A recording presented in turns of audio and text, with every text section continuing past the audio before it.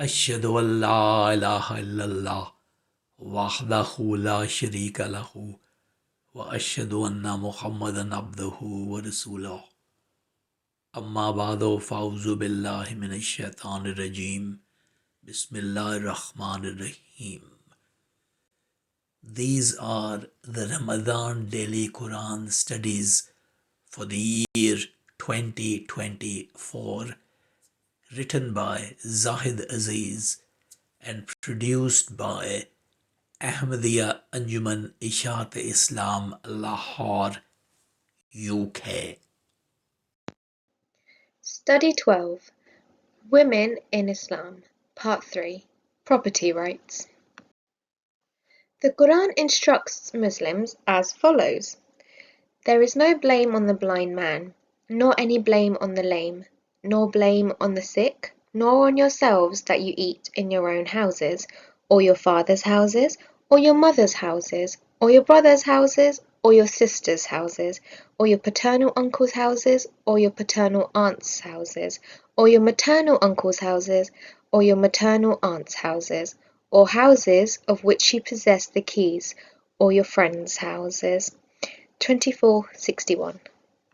ليس على الأعمى حرج ولا على الأعرج حرج ولا على المريض حرج ولا على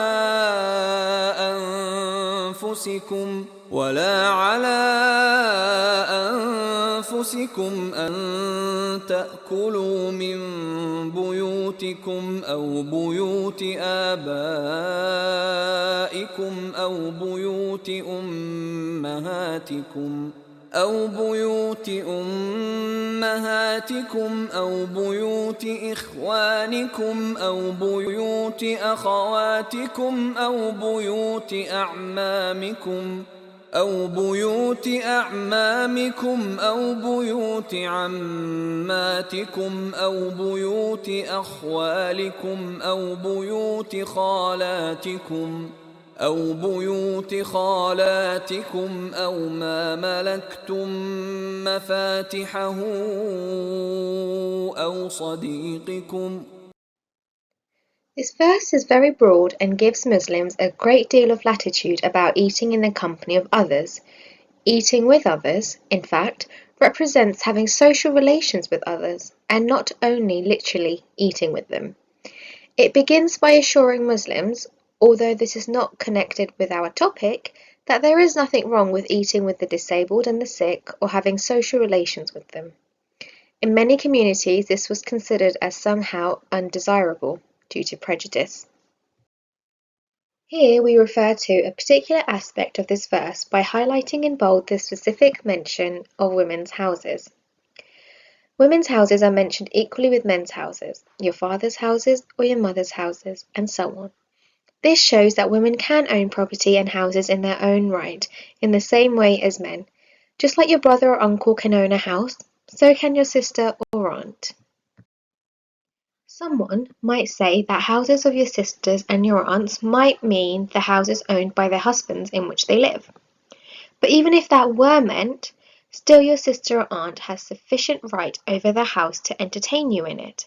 However, we note that the verse begins by mentioning your father's houses and your mother's houses.